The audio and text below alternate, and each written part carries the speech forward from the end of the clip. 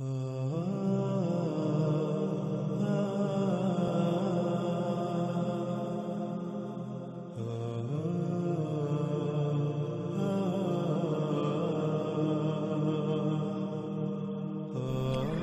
قوم عاد و قوم سمود کس قدر قوت میں بڑھ کر تھے اس کا اندازہ لگانا کوئی مشکل نہیں۔ اس وقت سکرین پر نظر آنے والی تصاویر انڈیا کے صوبے مہاراشٹرا میں ایک مقام کی ہیں جس کا نام لونر ہے، اور تصاویر میں نظر آنے والا گڑھا جو پانی سے بھرا ہوا ہے اسے لونر جھیل کا نام دیا جاتا ہے۔ اس جھیل کو 1823 میں برطانوی راج کے ایک برطانوی افسر جس کا نام الیگزینڈر لونر تھا اس نے دریافت کیا، اور اسی وجہ سے اس کا نام لونر رکھا گیا، اور یہاں موجود بستی کا نام بھی لونر رکھا گیا۔ ناظرین، یہ جھیل قوم سمود کی طرف سے قوم عاد پر پھینکے گئے ایک بم کی وجہ سے وجود میں آئی۔ وہ بم کس قدر طاقتور تھا اس کا اندازہ اس کے پھٹنے سے وجود میں آنے والے اس گڑھے کے سائز سے لگایا جا سکتا ہے۔ اس گڑھے کی لمبائی تقریباً 1980 میٹر، چوڑائی 1840 میٹر، گہرائی 150 میٹر، اس کے کنارے سطح زمین سے 20 میٹر بلند ہیں، یعنی تقریباً اس گڑھے کا قطر 2 کلومیٹر ہے۔ قوم عاد سمیت گزشتہ قومیں کس قدر قوت میں بڑھ کر تھیں آج کا انسان اس کا تصور نہیں کر سکتا۔ ان کے پاس جو اسلحہ تھا وہ بھی کس قدر قوت کا حامل تھا، وہ قومیں کس قدر قوت کی حامل تھی، اس کا اندازہ ہم اس جھیل سے لگا سکتے ہیں۔ اور اس کے علاوہ ان گڑھوں سے جو ان قوموں کے درمیان ہونے والی عالمی ایٹمی جنگ جسے اللہ سبحانہ وتعالی نے قرآن میں القاریہ کہا سے وجود میں آئے۔ تصاویر میں نظر آنے والے یہ گڑھے قوم عاد اور قوم سمود جن 2 ایٹمی جنگوں میں ہلاک ہوئے ان جنگوں میں پھٹنے والے بموں سے وجود میں آئے۔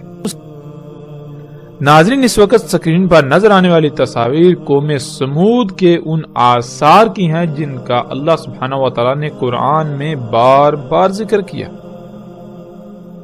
اور بار بار یہی کہا کہ کیا تم نے نہیں دیکھا وہ کیسے ہلاک ہوئے؟ کیا تم نے زمین میں سیر نہیں کی کہ ان کے گھروں میں نہیں گھومے پھرے؟ اللہ سبحانہ وتعالی نے قرآن میں بار بار ایسا کیوں کہا؟ اللہ سبحانہ وتعالی نے قرآن میں ایسا بار بار اس لیے کہا تاکہ تم عبرت حاصل کرو، کیونکہ آج جو کچھ تم کر رہے ہو یہ سب تو پہلی ہلاک شدہ اقوام کر چکی، جس سے وہ ترقی، سہولتوں، آسائشوں اور زمین میں اصلاح کا نام دیتے تھے، لیکن کیا یہ سب حقیقتاً اصلاح تھا یا پھر فساد؟ وہ فساد جس کا وہ خود ایسے شکار ہوئے کہ ان کا نام و نشان تک مٹ گیا، اور ان کے یہ آثار تمہارے لیے عبرت کا نشان بنا دیے گئے، اور اس کے باوجود آج تم یعنی دنیا میں آباد موجودہ لوگ بھی وہی سب کر رہے ہیں، تو پھر عنقریب تمہارا انجام بھی بالکل وہی ہونے والا ہے۔ ناظرین، قوم سمود کے چٹانوں میں تراشیدہ ان گھروں کو دیکھیں تو سوال یہ پیدا ہوتا ہے کہ کیا آج کے انسان جو ترقی اور ٹیکنالوجی کے نام پر بڑے بڑے دعوے کر رہے ہیں، ان سب ایجادات کے باوجود، ایسی جدید ترین ٹیکنالوجی کے باوجود، ایسی ہی چٹانوں میں ایسے گھر تراشے جا سکتے ہیں؟ کیا موجودہ انسان اس ٹیکنالوجی، ان ایجادات سے ایسی چٹانوں میں اس طرح کے گھر تراش سکتے ہیں؟ آج دنیا کے بڑے بڑے نامور سائنسدان، یونیورسٹیاں اور تحقیقاتی ادارے گزشتہ ہلاک شدہ اقوام کے ان آثار پر تحقیقات کے بعد اس نقطہ پر پہنچے کہ آج جو ٹیکنالوجی، جو ایجادات انسان کر چکا ہے، ان سے ایسی چٹانوں میں ایسے گھر تراشنا ناممکن ہے۔ موجودہ انسان اس کا تصور بھی نہیں کر سکتے۔ پھر ان کا مزید یہ کہنا ہے کہ اول تو یہ کام انسان کا نہیں، اور اگر اس بات کو تسلیم کر لیا جائے تو جن انسانوں نے یہ گھر تراشے وہ ٹیکنالوجی میں موجودہ انسانوں سے بہت بڑھ کر تھے، جن کا تصور موجودہ انسان کے بس سے باہر ہے۔ قرآن میں اللہ سبحانہ وتعالی نے یہ بات واضح کر دی کہ زمین کا اختیار انسان کو دیا گیا، نہ کہ اس کے علاوہ کسی دوسری مخلوق کو۔ تو یہ سب کچھ ان قوموں کا کیا درا ہے جو اپنے انہی مفسد اعمال کے سبب ہلاک ہو کر صفحہ ہستی سے مٹ چکے، جس سے یہ بات روز روشن کی طرح عیاں ہے کہ یہ سب گزشتہ انسانوں کے ہی اعمال ہیں۔ جب یہ سب انسانوں کے ہی آثار ہیں اور وہ ٹیکنالوجی میں ناقابل تصور حد تک موجودہ انسانوں سے بڑھ کر تھے، اس کے باوجود جب ہلاکت آئی تو کچھ بھی ان کے کام نہ آیا، تو موجودہ انسانوں کا عنقریب کیا انجام ہونے والا ہے یہ بھی پھر ڈکا چھپا نہیں۔ موجودہ انسانوں کے ساتھ بھی بالکل ویسا ہی ہونے والا ہے۔ ناظرین، پھر سوال یہ پیدا ہوتا ہے کہ قوم سمود نے ایسی سخت ترین چٹانوں میں ہی گھر کیوں تراشے؟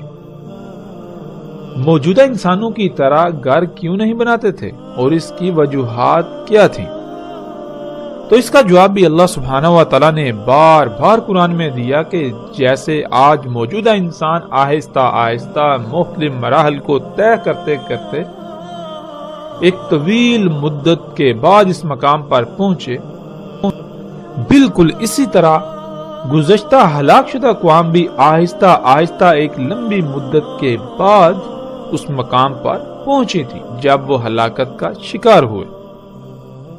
جیسے آج انسان کے اپنے ہی اعمال کے رد عمل میں آنے والی تباہیوں سے بچاؤ کی غرض سے انسان ایسے اقدامات کرتا ہے، یعنی جیسے آج زلزلے دن بہ دن بڑھ رہے ہیں تو ان سے بچاؤ کی غرض سے زلزلہ پروف گھر تعمیر کر رہا ہے، سیلابوں اور طوفانوں سے بچنے کے لیے ویسے ہی مسکن بنا رہا ہے، تباہ کن جنگوں میں تباہ کن ہتھیاروں سے بچنے کی غرض سے زمین دوز بنکر یا ایسی عمارتیں بنا رہا ہے جو اسے ان جنگوں میں استعمال ہونے والے بموں کی تباہی سے محفوظ رکھ سکیں۔ تو بالکل اسی طرح قوم عاد اور قوم سمود نے ایسے گھر بنائے۔ تو بالکل اسی طرح قوم عاد و سمود نے اگر ایسے گھر بنائے تو وہ ان ایٹمی ہتھیاروں سے بچاؤ کی غرض سے جن کا خوف انہیں لاحق رہتا تھا، اور بالآخر جب وہ تباہی آئی تو کچھ بھی ان کے کام نہ آیا۔ ان کے شہر بھی موجودہ انسانوں کی طرح تھے، ان کی تعمیرات بھی، لیکن جو چٹانوں میں انہوں نے گھر تراشے وہ صرف اور صرف ایٹمی حملوں سے بچاؤ کی خاطر، بالکل اسی طرح جیسے آج پوری دنیا میں ممکنہ ایٹمی حملوں سے بچاؤ کی خاطر چٹانوں میں اور زمین دوز بنکرز بنائے جا رہے ہیں۔ تو جب گزشتہ اقوام ٹیکنالوجی سمیت ہر لحاظ سے موجودہ انسانوں سے ناقابل تصور حد تک بڑھ کر تھیں، اس کے باوجود ان کا انجام کیا ہوا؟ وہ صفحہ ہستی سے مٹ گئے، کچھ بھی ان کے کام نہ آیا۔ جو کچھ بھی انہوں نے بنایا تو کیا موجودہ انسانوں کے کچھ کام آئے گا جو کچھ یہ بنا رہے ہیں؟ اس کے باوجود کہ یہ انہیں مسیحا سمجھ رہے ہیں، بالکل اسی طرح جیسے وہ بھی اپنی ان ایجادات کو مسیحا سمجھتے رہے، لیکن یہ سب دجال محض دھوکہ ثابت ہوا۔ یہ تمام کی تمام ایجادات جن کو انسان اصلاح کا نام دیتا ہے، لیکن اللہ سبحانہ و تعالیٰ قرآن میں بار بار انہیں فساد قرار دیتا ہے۔ انسان انہیں اپنے لیے مسیحا سمجھتا ہے، لیکن قرآن میں اللہ سبحانہ و تعالیٰ نے انہیں بار بار محض ایک دھوکہ قرار دیا، جس دھوکے کا شکار پہلی بھی 6 اقوام ہو کر صفحہ ہستی سے مٹ چکی، اور نبی علیہ السلام نے اسے دجال کہا کہ انسان انہیں اپنے لیے مسیحا سمجھیں گے، لیکن حقیقت میں یہ مسیحا نہیں بلکہ دجال ہے۔ یعنی ان ایجادات کی حقیقت وہ نہیں ہوگی جو نظر آئے گی، جو دکھائی جائے گی۔ نظر آنے میں تو یہ مسیحا نظر آئیں گی، فائدے کی اشیاء نظر آئیں گی، آسائشیں، سہولتیں نظر آئیں گی، لیکن حقیقت میں یہ فساد عظیم ہوگا۔ وہ فساد جس سے دنیا کی ہر شے میں خرابیاں ہو جائیں گی، یوں انسان کے اپنے انہی اعمال کے سبب اس پر تباہیاں مسلط ہوں گی، یہاں تک کہ اتنی بڑی بڑی تباہیاں کہ موجودہ انسانوں کا نام و نشان تک صفحہ ہستی سے مٹ جائے گا۔ تو سوال یہ پیدا ہوتا ہے کہ کیا یہ سب مسیحا ثابت ہوا یا دجال، ایک عظیم ترین دھوکہ جس کا شکار تقریباً تمام کے تمام انسان ہو چکے ہیں۔ ناظرین، اس وقت سکرین پر نظر آنے والی تصاویر قوم لوط اور اخوان لوط کی ہیں۔ قوم لوط جو کہ بے حیائی اور فحاشی کا نمونہ بن چکی تھی، تو ان کا انجام کیا ہوا؟ ان پر جلتی ہوئی گندک کی بارش ہوئی۔ ناظرین، سوال یہ پیدا ہوتا ہے کہ کوئی قوم اس قدر بے حیا اور فحاش کیسے بن سکتی ہے کہ ان میں رائی برابر بھی کوئی جھجک نہ رہے اور وہ کھلم کھلا بدکاری کرنے میں اپنا کوئی ثانی نہ رکھتی ہو۔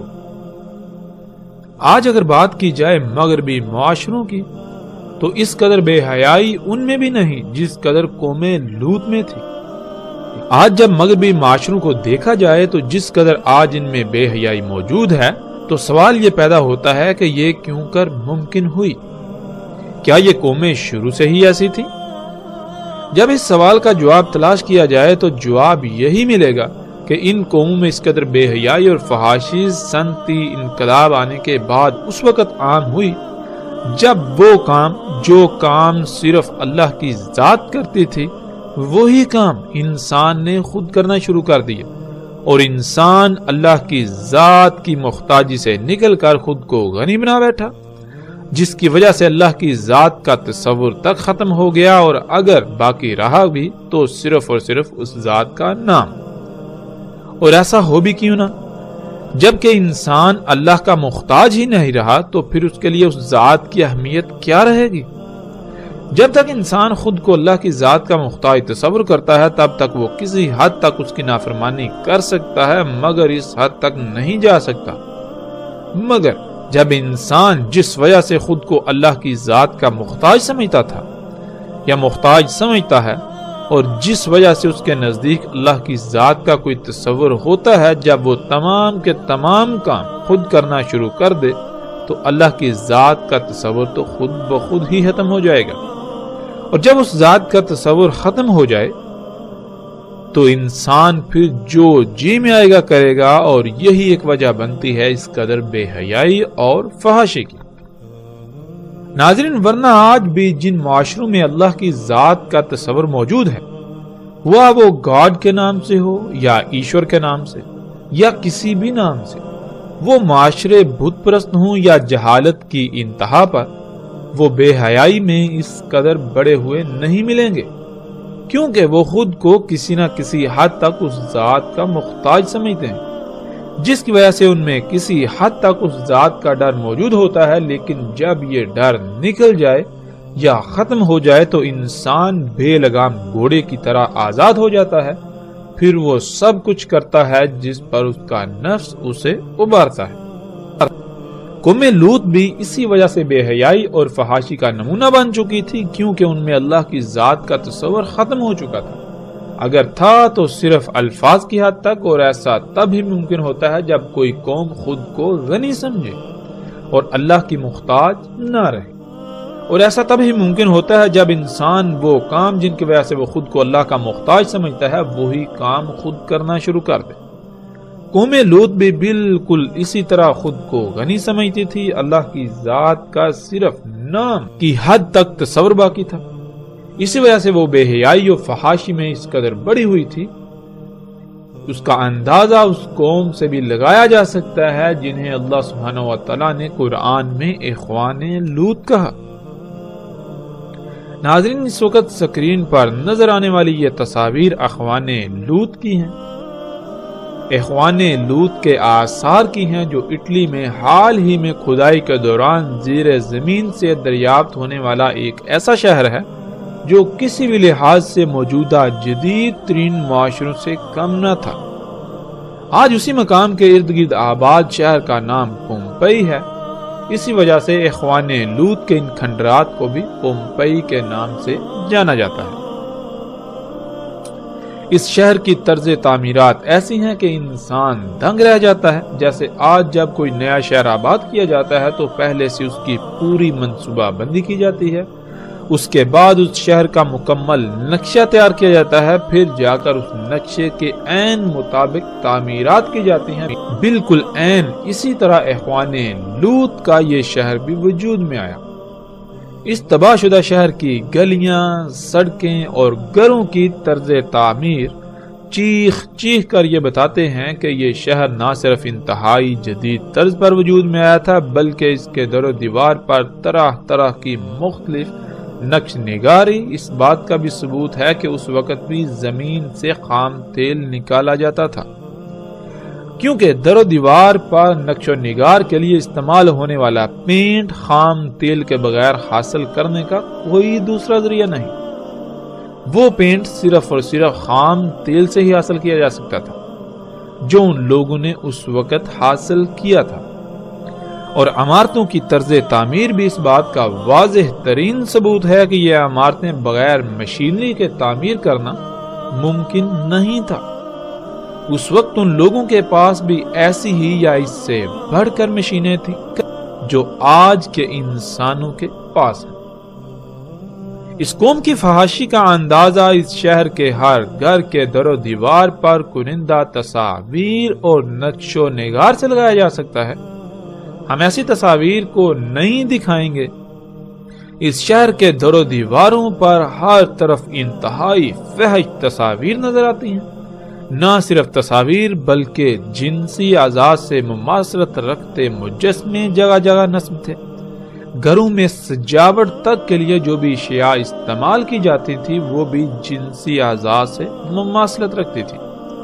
ایسا فحش ترین معاشرہ کہ جس کا آج تصور کرنا بھی محال ہے، تو ان کا انجام کیا ہوا؟ اخوان لوط کا یہ جدید ترین سہولتوں سے مزین شہر اچانک پھٹنے والے لاوے کی لپیٹ میں آ گیا۔ لاوا پھٹنے سے جو جس حال میں تھا اسی حال میں راکھ تلے دب گیا۔ کوئی جنسی حاجت کو پورا کرنے میں مصروف تھا تو کوئی کام کاج میں مصروف۔ جو گھروں سے باہر تھے تو وہ بھاگنے لگے جان بچانے کے لیے، لیکن کون تھا جنہیں اللہ کی پکڑ سے بچانے والا تھا؟ ناظرین، پھر وہی سوال کہ وہ کون سی شے تھی جس کے دجل کا وہ ہلاک شدہ قومیں شکار ہو گئی؟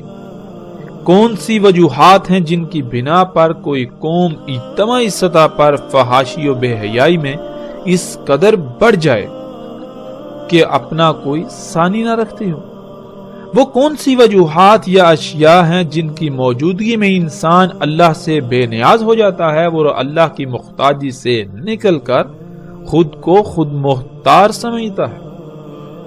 وہ کام جو اللہ کے کرنے والے ہیں وہی کام خود کرنا شروع کر دیتا ہے۔ تو ایک ہی جواب سامنے آئے گا ان تمام کے تمام سوالات کا، وہ یہ کہ جب انسان اس سطح پر آ جائے جہاں آج موجودہ قوم ہے، جب مشینیں حاصل ہو جائیں جن سے انسان خالق کے کرنے والے کام بھی خود کرنا شروع کر دے، تو یہی ایجادات، یہی مشینیں، یہی ٹیکنالوجی، یہی صنعتی انقلاب ہی وہی دجال ہے جس کے دجل کا وہ قومیں شکار ہو گئیں۔ جب ہلاکت آئی تو کچھ بھی ان کے کام نہ آیا۔ یہ سب کا سب دجال ثابت ہوا، حالانکہ وہ اسے اپنے لیے مسیحا سمجھتے رہے۔ ناظرین، سکرین پر نظر آنے والی یہ تصاویر ان مثلث نما عمارتوں کی ہیں جو آج بھی مصر میں موجود ہیں، اور یہ مثلث نما عمارتیں آل فرعون کے آثار ہیں جو تقریباً آج سے 4000 سال پہلے سمندر میں غرق ہو کر ہلاک ہوئے۔ یہ مثلث نما عمارتیں اس وقت دنیا کے 7 عجائبات میں سے ایک ہیں۔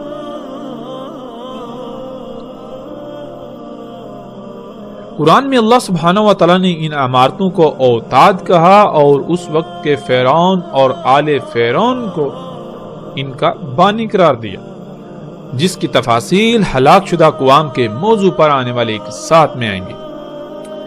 ناظرین، آج پوری دنیا کے بڑے بڑے نامور سائنسدان ہوں، بڑی بڑی نامور یونیورسٹیاں ہوں یا سرکاری و غیر سرکاری تحقیقاتی ادارے ہوں، کوئی ایک بھی ایسا نہیں جس نے ان مثلث نما عمارتوں پر تحقیقات نہ کی ہوں۔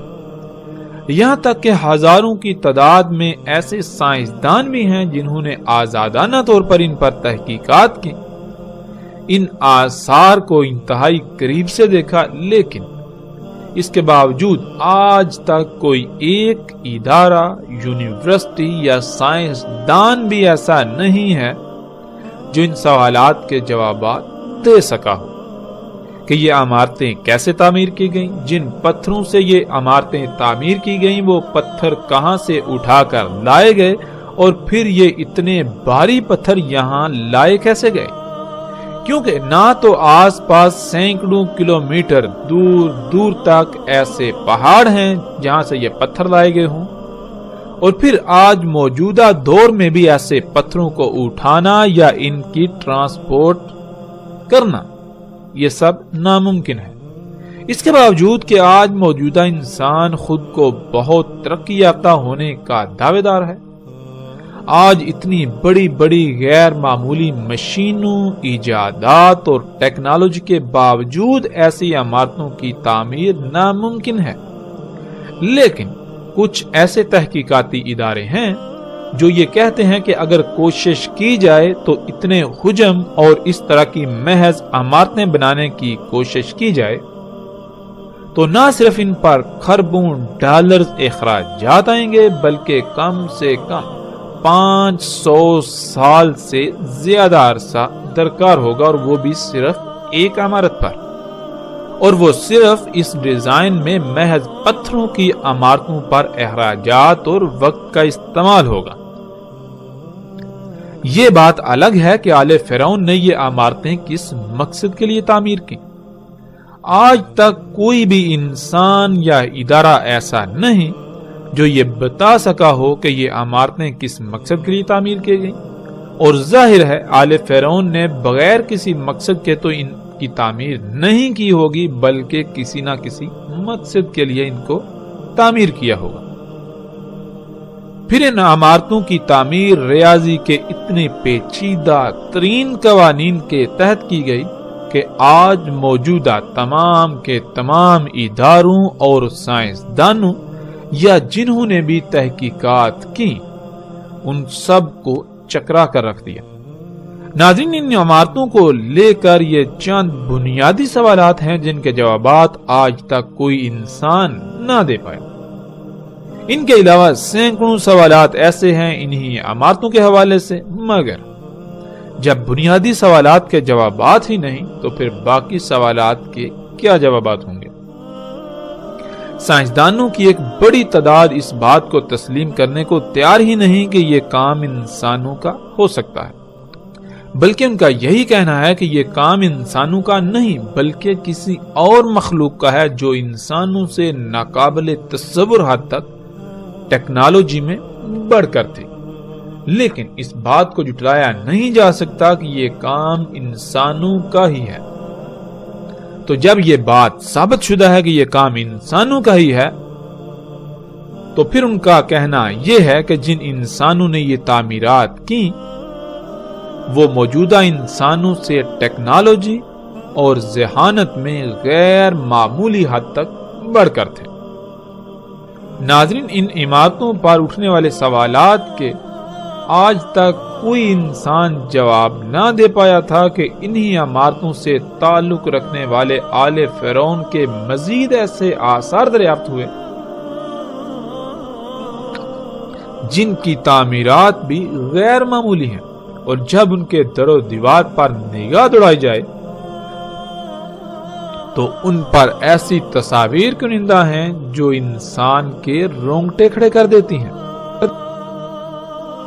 سکرین پر آپ ان تصاویر کو دیکھ سکتے ہیں جن میں بالکل ایسے ہی ہیلی کاپٹر، جہاز، ٹینک، سیٹلائٹ انٹینا اور آبدوز کی تصاویر ہیں جو آج موجودہ انسانوں کے پاس ہیں۔ سوال یہ پیدا ہوتا ہے کہ اگر ایسی کوئی شے اس وقت وجود نہیں رکھتی تھی، یعنی موجودہ انسانوں سے پہلے وجود نہیں رکھتی تھی، تو پھر یہ تصاویر کیسے ان پتھروں پر اور ان دیواروں پر کنندہ کی گئیں؟ کیونکہ اگر اس وقت کوئی ایسی شے موجود ہی نہیں تھی تو پھر ان کا تصور بھی کیسے ہو سکتا تھا؟ کیا یہ محض تصوراتی تصاویر تھیں؟ اور اگر یہ محض تصوراتی تصاویر تھیں تو کیا آج ایسا ممکن ہے؟ نہیں، بالکل نہیں۔ یہ تصاویر چیخ چیخ کر اس بات کا اظہار کرتی ہیں کہ آل فرعون کے پاس یہ سب کچھ تھا۔ نہ صرف یہ سب بلکہ موجودہ انسان اس کا تصور بھی نہیں کر سکتے جو کچھ آل فرعون بنا چکے تھے، کیونکہ قرآن میں صراحت کے ساتھ یہ بات اللہ سبحانہ وتعالی نے بیان کی ہے کہ فرعون نے نہ صرف ان عمارتوں کو موسیٰ علیہ السلام کے رب اللہ سبحانہ وتعالی کے ساتھ مقابلہ کرنے کے لیے بنایا، بلکہ وہ اپنی طرف سے موسیٰ کے رب کو شکست دے چکا تھا۔ اس کے بعد وہ موسیٰ علیہ السلام اور بنی اسرائیل کے پیچھے پڑا انہیں قتل کرنے کے لیے کہ موسیٰ کے رب سے تو نبٹ چکا، اب موسیٰ کی باری ہے۔ فرعون نے کیسے اللہ سبحانہ وتعالی کے ساتھ مقابلہ کیا؟ ان عمارتوں کو کیسے، کتنی مدت میں اور کن مقاصد کے لیے تعمیر کیا، اور آل فرعون کے پاس کیا کچھ تھا؟ ان تمام سوالات کے جوابات ہم آگے جا کر ہلاک شدہ اقوام کے موضوع پر آنے والے ایک ساتھ میں تفاصیل کے ساتھ دیں گے، اور ایسے ایسے رازوں پر سے پردہ اٹھائیں گے جو آج تک راز ہی رہے۔ ایسے ایسے سوالات کے جوابات دیں گے جن کے جوابات آج تک کوئی انسان نہ دے پایا، اور نہ صرف ہم جوابات دیں گے بلکہ پوری دنیا کو چیلنج کریں گے کہ وہ ہمارے جوابات کو غلط ثابت کر کے دکھائے، جو کہ ناکام رہیں گے بلکہ الٹا اپنی تحقیقات سے ان کو سچا ہی ثابت کریں گے۔ یہ تمام باتیں تو آنے والی ایک ساتھ میں ہوں گی، لیکن یہاں جو بات سامنے آتی ہے وہ یہ کہ جو اللہ کی ذات کے ساتھ مقابلے پر اتر آئے اور پھر وہ یہ سمجھے کہ اس نے اللہ کی ذات کو شکست دے دی، کیا وہ پتھر کے دور کا کوئی انسان ہو سکتا ہے؟ وہ کون سی شے ہے جو انسان کو خالق و مالک سے بالکل بے نیاز کر دے اور الٹا اس کو خالق کے مقابلے پر لا کھڑا کرے؟ وہ کون سی شے ہے جس کی بنیاد پر انسان یہ جرأت کر سکتا ہے کہ وہ خالق و مالک اللہ سبحانہ وتعالی کے ساتھ ببانگے دوہل مقابلے پر اتر آئے؟ وہ ٹیکنالوجی میں کس قدر بڑھ کر تھا، موجودہ انسان اس کا تصور بھی نہیں کر سکتے۔ ناظرین، اور جب ان کی تعمیرات کا ہی آج تک کوئی جواب نہ دے سکا تو پھر یہ کیسے ممکن ہے کہ موجودہ انسان اس بات کا تصور کر سکیں جو کچھ ان کے پاس تھا؟ اللہ سبحانہ وتعالی نے قرآن میں صراحت کے ساتھ کہہ دیا کہ تم ان ہلاک شدہ اقوام کے 10% کو بھی نہیں پہنچے اور نہ ہی پہنچ سکتے ہو۔ یعنی جو کچھ آج تم بنا چکے ہو، جو قوت، یہ جو مشینیں، یہ ٹیکنالوجی، یہ جتنی بھی ایجادات تم کر چکے ہو، یہ ان قوموں کا 10% بھی نہیں، اور نہ ہی تم ان کے 10% کو پہنچ سکتے ہو جو قومیں تم سے پہلے ہلاک ہو چکی۔ قوم عاد، قوم سمود، قوم لوط، اصحاب مدین ہوں یا پھر آل فرعون وغیرہ، ان کے پاس جو کچھ تھا وہ تم سے کئی گنا بڑھ کر تھا۔ وہ سب قومیں آل فرعون سمیت ان ایجادات کو مسیحا سمجھتے تھے، لیکن کیا حقیقت یہی نکلی؟ یہی ایجادات تھیں جن کی بنیاد پر فرعون علی الاعلان اللہ سبحانہ وتعالی کی ذات کے سامنے مقابلے پر اتر آئے۔ یہ سب فساد تھا، اور اپنے ہاتھوں سے کیے ہوئے فساد سے ان پر ایسی ایسی ہلاکتیں مسلط ہوئیں کہ ان کا نام و نشان تک مٹ گیا۔ یوں وہ سب ایجادات دجال ثابت ہوا۔ جب ہلاکت آئی تو کچھ بھی ان کے کام نہ آئے، کوئی ایک بھی شے ان کے کام نہ آئی، کچھ بھی انہیں نہ بچا سکے۔ تو سوال یہ پیدا ہوتا ہے کہ موجودہ انسان جن ایجادات کو، جس صنعتی انقلاب کو، جس ٹیکنالوجی کو اپنے لیے مسیحا سمجھتے ہیں، کیا یہ واقعتاً مسیحا ہے؟ کیا یہ واقعتاً آسائشیں، سہولتیں اور آسانیاں ہیں؟ نہیں، بلکہ یہ بھی انہی قوموں کی طرح ان ایجادات کے دجل کا شکار ہو چکے ہیں۔ عنقریب ان پر حقیقت ایسے واضح ہو جائے گی کہ یہ چاہ کر بھی انکار نہیں کر سکیں گے، لیکن تب سوائے پچھتاوے کے کچھ نہ رہے گا، واپسی کا دروازہ بند ہو چکا ہوگا۔ موجودہ انسانوں کے ان مفسد اعمال کے سبب پوری دنیا اس قدر فساد زدہ ہو چکی ہے کہ اب یہ دنیا جہنم میں بدل جائے گی۔ جسے یہ مسیحا بنا کر بیٹھے رہے، اس کا انہوں نے صرف ایک ہی رخ دیکھا، یہ دوسرے رخ سے غافل رہے جو عنقریب ان پر واضح ہونے والا ہے۔ ناظرین، یہ تھا مختصر منظرنامہ گزشتہ ہلاک شدہ اقوام کا، جن کی سنت کی اتباع میں ویسی ہی تباہی کے دہانے پر موجودہ قوم یعنی دنیا میں آباد موجودہ لوگ پہنچ چکے ہیں۔ ہم نے کوشش کی کہ ہم اپنے موضوع کے مطابق ان اقوام پر بات کریں، باقی ان اقوام پر تفاصیل کے ساتھ آگے چل کر بات کریں گے۔ اس وقت ہم اپنے موضوع کی طرف پلٹتے ہیں۔ تو پھر وہی سوال، ناظرین، وہ کون سی شے تھی، وہ کون سی اشیاء تھی جس کو وہ اقوام اپنے لیے مسیحا سمجھتی تھی، لیکن حقیقت میں وہ مسیحا نہیں بلکہ دجال ثابت ہوا۔ اسی کی وجہ سے وہ صفائے ہستی سے مٹ گئے۔ جب جواب تلاش کیا جائے تو وہ جواب یہی سامنے آئے گا، وہ یہی ٹیکنالوجی، یہی ایجادات تھیں، یہی مشینیں تھیں، یہی صنعتی انقلاب تھا جو آج موجودہ انسان کر چکے اور ان سب کو اپنے لیے مسیحا سمجھتے ہیں، زندگی کو آسان سے آسان تر بنانے کے دعوے دار ہیں۔ لیکن کیا حقیقت یہی ہے؟ یہ تو اس کا ایک پہلو ہے، اس کا ایک رخ ہے جو انتہائی دل فریب ہے، لیکن اس کا دوسرا پہلو جو انتہائی بھیانک ہے وہ چھپا دیا گیا۔ اگر اسے دیکھ لیا جائے تو پتا چلے گا کہ یہ ایجادات، یہ ٹیکنالوجی مسیحا نہیں بلکہ دجال ہے، یہ محض ایک دھوکہ ہے جن کی وجہ سے آج دنیا تباہی کے دہانے پر پہنچ چکی۔ طرح طرح کی بیماریوں کا سیلاب امڑ آیا، پوری دنیا سیلابوں، طوفانوں، آندھیوں اور زلزلوں کی لپیٹ میں ہے۔ جگہ جگہ سے زمین دھنس رہی ہے، پہاڑ ٹل رہے ہیں، زمین میں قائم کیا ہوا اللہ سبحانہ و تعالیٰ کا میزان بگڑ چکا ہے۔ ان ایجادات کی وجہ سے، اس صنعتی انقلاب کے نام پر دجال کی وجہ سے، اسی صنعتی انقلاب، ان ایجادات، اس ترقی کے نام پر دجال کی وجہ سے ایک عظیم تباہی موجودہ انسانوں کے سر پر آ چکی ہے۔ لیکن کوئی بھی ایسا نظر نہیں آتا جو غور و فکر کرنے والا ہو، جو اللہ کی طرف لپکنے والا ہو۔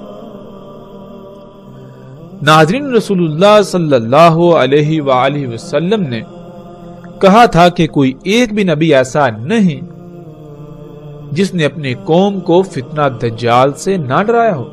اور ایسی روایات میں عربی کے جو الفاظ استعمال کیے وہ دو طرح کے ہیں، ایک ہے لفظ ناظرہ اور دوسرا ہے لفظ حاضرہ۔ ناظرہ کہتے ہیں متنبہ کرنے کو، یعنی اگر کوئی ایسا کام کیا جا رہا ہو جس کا نتیجہ انتہائی بھیانک ہو یا نقصان دہ ہو تو اس کام یعنی اس عمل کے رد عمل سے پہلے ہی اس سے آگاہ کر دینا کہ اس عمل کو یا ان اعمال کو چھوڑ دو، ورنہ رد عمل کی صورت میں مارے جاؤ گے، نقصان اٹھاؤ گے۔ تو جتنے بھی نبی آئے انہوں نے دجال سے متنبہ کیا، یعنی انسان جو اعمال کر رہے تھے ان کو متنبہ کیا کہ اگر تم نے اپنے انہی اعمال کو جاری رکھا، ان اعمال کو ترک نہ کیا، تو پھر وہ وقت دور نہیں جب تم اس مقام پر پہنچ جاؤ گے جہاں سے واپسی ناممکن ہو جائے گی، اور تمہاری انہی اعمال کے رد عمل میں ایسی تباہی تم پر مسلط ہوگی کہ تمہارا نام و نشان مٹ جائے گا، کیونکہ جو اعمال تم کر رہے ہو یہ تمہیں آہستہ آہستہ مرحلہ با مرحلہ ایک وقت ایسا آئے گا کہ اللہ کے ساتھ کھلم کھلا شریک بنا کر کھڑا کر دیں گے۔ یعنی تم آہستہ آہستہ بڑھتے بڑھتے ایسی ایجادات کرو گے کہ تم اللہ کے کاموں میں براہ راست مداخلت کرو گے۔ تم ان ایجادات کو اپنے لیے مسیحا سمجھو گے، مگر وہ دجال ہوگا۔ اسی وجہ سے تم پر عظیم ہلاکت مسلط ہوگی، تم پر ساتھ آئے گی۔ ناظرین، ہر قوم جب اللہ کی حدود سے باہر نکلتی ہے تو پھر یہ کائنات اللہ سبحانہ وتعالی نے خلق ہی ایسے کی کہ انسان کے سامنے حادثاتی طور پر راز کھلتے چلے جائیں گے۔ یوں آہستہ آہستہ انسان اس سطح پر پہنچ جائے گا کہ وہ اپنے ہاتھوں سے دجال کو خلق کر بیٹھے گا، جس کا انجام عظیم تباہی کے سوا کچھ نہ ہوگا۔ یہی گزشتہ اقوام کے ساتھ ہوا اور یہی اس موجودہ قوم کے ساتھ ہوا، اور اب عظیم تباہی سر پر آ چکی ہے۔ ناظرین، دوسرا لفظ تھا حاضرہ۔ حاضرہ کہتے ہیں اس خطرے کو، اس ڈر کو جو سامنے موجود ہو یا پھر بالکل واضح نظر آ رہا ہو۔ یعنی ہر نبی نے دجال سے ڈرایا، جو ایسا خطرہ تھا، ایسا فتنہ تھا جو موجود تھا۔ جب ہر نبی نے ڈرایا اور متنبہ کیا تو کیا وہ قومیں متنبہ ہوئیں؟ انہوں نے اپنے اعمال کو ترک کر دیا۔ قرآن میں اللہ سبحانہ وتعالی نے بار بار واضح کر دیا کہ نہیں، انہوں نے ہر نبی کی، ہر رسول کی تکذیب کر دی، تو پھر وہ اسی ہلاکت کا شکار ہوئے جس سے ان کو متنبہ کیا گیا تھا۔ اللہ سبحانہ وتعالی قرآن میں واضح طور پر اسے حیات الدنیا، یہ ایجادات قرار دیتا ہے، اور رسول اللہ صلی اللہ علیہ وآلہ وسلم نے اسے دجال کہا۔ فرق صرف اتنا ہے کہ لفظ دجال اصل عربی کا لفظ نہیں ہے، بلکہ دوسری زبانوں سے عربی میں داخل کیا گیا لفظ تھا، بالکل ایسے ہی جیسے آج آپ کو عربی کے اندر الفاظ کی ایک کثیر تعداد ملے گی جو عربی کے الفاظ نہیں ہیں بلکہ وہ دوسری زبانوں سے داخل ہوئے۔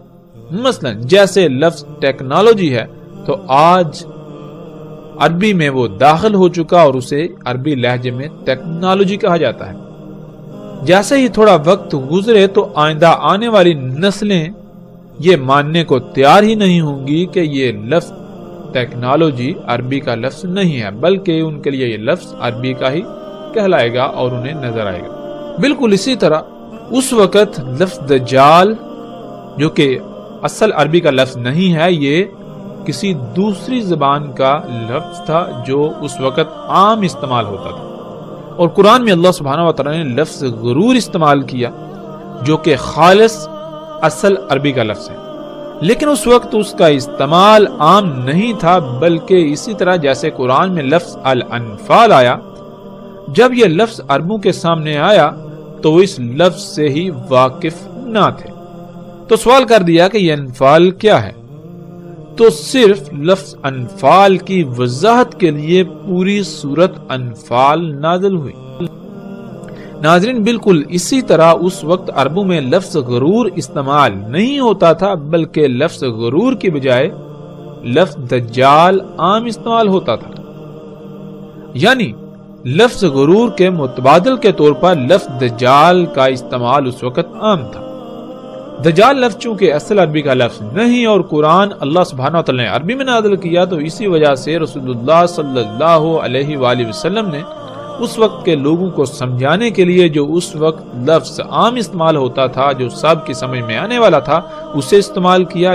یوں لفظ غرور اور لفظ دجال دونوں ایک ہی معنی رکھتے ہیں۔ اللہ سبحانہ وتعالی نے اسے قرآن میں حیات الدنیا قرار دیا، جیسا کہ آپ اس آیت میں دیکھ سکتے ہیں۔ اللہ سبحانہ وتعالی کہتے ہیں وَمَا الْحَيَاةُ الدُّنْيَا إِلَّا مَتَاعُ الْغُرُورِ، اور نہیں ہے دنیا کی حیات مگر دھوکے کا ساز و سامان۔ یعنی یہ جو کچھ بھی اس وقت دنیا میں تمہیں نظر آ رہا ہے یا جو کچھ تم بنا چکے ہو، یہ محض ایک دھوکہ ہے۔ اور اللہ سبحانہ وتعالی نے قرآن میں بار بار کہا، اس پر زور دیا کہ کہیں اس دجل کا اس دھوکے کا شکار نہ ہو جانا۔